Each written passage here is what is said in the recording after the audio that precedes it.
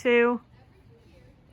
If I ran for president, it would be great to run for president of the United States. If I ran for president, I'd hope the people of the United States would choose me for a very important job, the job of leading our country.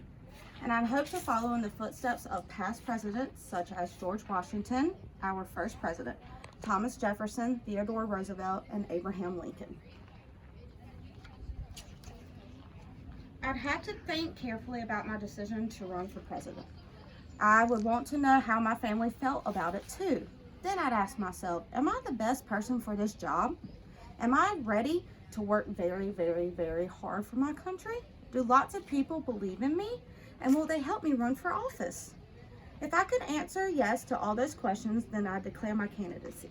That means I'd announce I was interested in the job of President of the United States. If I ran for president, I'd run a campaign to let voters learn about me. People who thought I would be a good president would donate money or time to help. I'd hire people to work on my campaign too.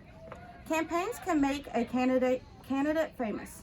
Soon, my name or face would appear on signs, buttons, bumper stickers, and t-shirts. I'd even star in television commercials.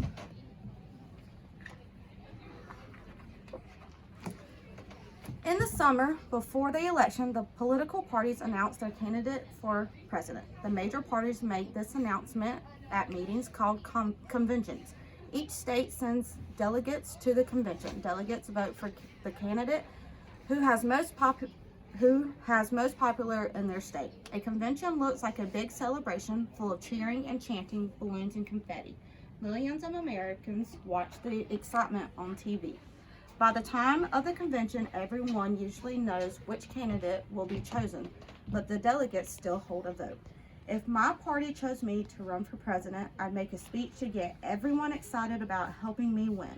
I tell the American people about my platform, my plans and ideas for our country. My running mate would make a speech too. That's the person who'd be my vice president if I became president. If I ran for president, I'd be invited to debate with other presidential candidates. A person called a moderator, which asks us questions. People across the country would listen carefully to our answers. Reporters would ask me questions too about my life, my family, even my kitten Sassy. They'd print old photographs of me in newspapers and magazines, like the snapshot of me in my superhero costume or my baby picture when I still wore diapers. If I ran for president, I would travel the country to meet lots of people. I'd have my own campaign bus or airplane to take me from place to place. Inside, there'd be comfy seats, perfect for checking out the news, writing speeches, and thinking about how to solve the nation's problems. I'd take naps too. I need the extra rest. I'd work hard and be very busy. All in 1 week, I might share cereal with kindergartners in California, crunch corn with farmers in Kansas, and have dinner in Delaware where I'd order the Blue Plate Special with apple pie and large strawberry milkshakes. After all that food, I might not feel too well. Still, I'd have to smile and talk with the people I met. Presidential candidates makes lots of speeches, shakes hands, and cuddle babies.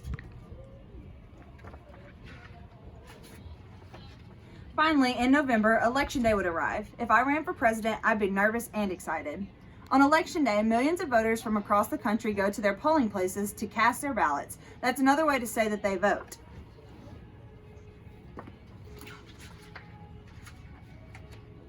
In our country, people vote in private. No one but you knows how you voted, but I'd like to choose my favorite candidate, me. Once the voting is finished, officials count up the ballots. Then comes the announcement on television, radio, in the newspapers, and on the internet. People everywhere find out who will be the next president of the United States. I'd stay up late and keep my fingers crossed. If I ran for president and lost, the people who worked so hard on my campaign would be disappointed. I'd be disappointed too. Still, I'd be proud that I had taken part in a free and fair election. I'd make a telephone call to offer my best wishes and my support to the winner, our next president. But if I won, wow. On January 20th, I'd say the words of the oath of office and be sworn in as president. On that day, my inauguration day, there'd be a parade and a fancy ball. Then I'd move into the White House in Washington, D.C. to begin my 4-year term as the President of the United States of America.